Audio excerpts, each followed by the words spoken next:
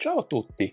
Prima di introdurre una nuova categoria di auricolari qui sul canale è doveroso che io vi parli di questi due prodotti, che più nello specifico sono dei DAC, ovvero dei convertitori di segnale da digitale ad analogico, Digital to Analog Converter, DAC appunto.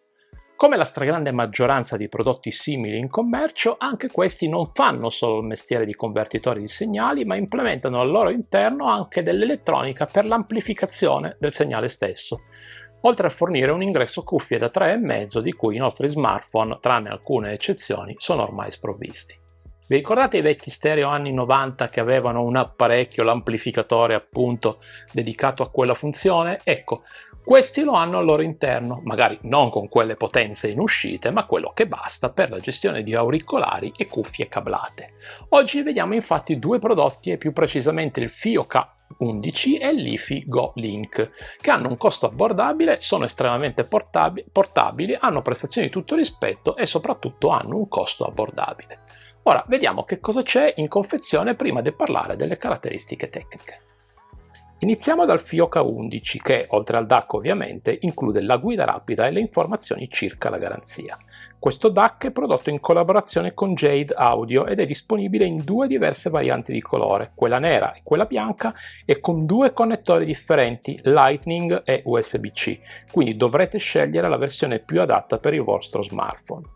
L'Ifi Go Link in confezione invece contiene un cartoncino che spiega il significato dei diversi colori che il LED può assumere, un foglietto circa le modalità per richiedere supporto, un manualetto con le informazioni circa la garanzia e un adesivo Ifi. Oltre al DAC, che è disponibile unicamente in questa colorazione grigia tendente al verde e che ha l'uscita standard USB-C, questo modello include anche due adattatori, uno per la porta Lightning e uno per la porta USB di tipo A. Da segnalare che il jack da 3,5 in questo caso è placcato oro.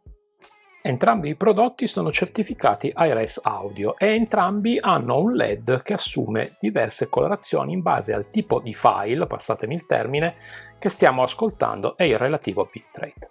Più è alto il bitrate o migliore la codifica del file audio e meglio potranno performare i nostri auricolari o cuffie cablate.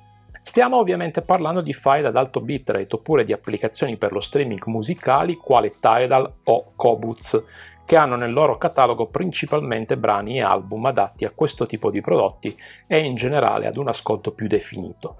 Spotify o Apple Music non offrono questo tipo di caratteristiche e speriamo un giorno possano arrivare ad offrire questo tipo di file audio, appunto. Entrambi i prodotti sono in grado di supportare la decodifica PCM fino a 32 bit e DSD 256, ma solo il Go Link supporta anche la decodifica MQA. Il K11 ha il chip Cirrus Logic e una potenza massima in uscita di 200 mW a 32 ohm, mentre il Go Link monta un chip Sabre con una potenza di 70 mW a 32 ohm. Come ho indicato poco fa, in sostanza si equivalgono per le tipologie di codifica a disposizione, mentre il prodotto Fio ha una maggiore potenza in uscita rispetto al concorrente. La pressione sonora massima del K11 è di 125 decibel ed è la stessa che troviamo nel Go Link.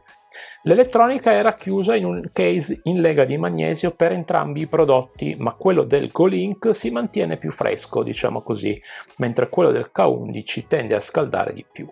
Di contro, il cavo del Go Link, come vedete, è decisamente più mobile di quello del K11, sembra un pochino meno robusto e dà la sensazione di dover essere maneggiato con più cura rispetto all'altro. Però è altrettanto vero che un cavetto più mobile ci assicura un movimento migliore, mentre nell'altro il tutto rimane un po' più rigido. Per chiudere, il Fio pesa 8,5 grammi, mentre il Go Link parte da 11 ma può arrivare fino a 14 in base all'adattatore eventualmente montato. Anche se la loro funzione principale è quella di tradurre, passatemi il termine, il suono digitale in analogico e di amplificarne il segnale, ognuno di loro applica potenzialmente delle modifiche al suono in uscita più o meno apprezzabili.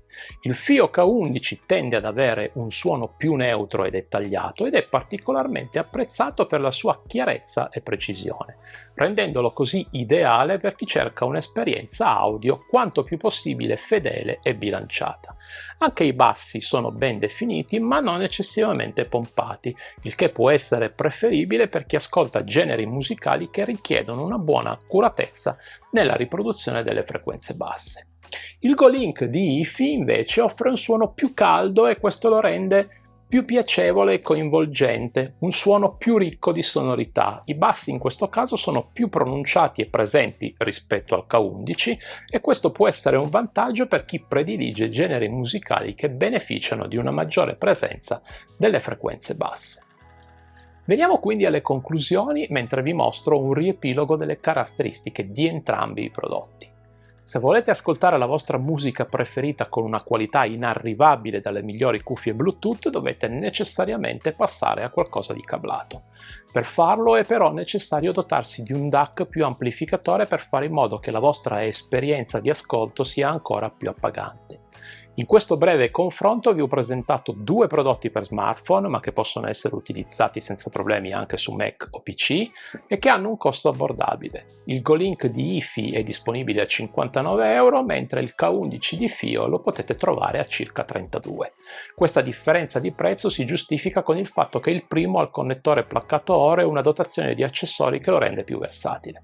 Come sempre, se volete acquistarli trovate il link in descrizione. In termini di prestazioni si equivalgono e la scelta tra i due dipende molto dalle preferenze personali.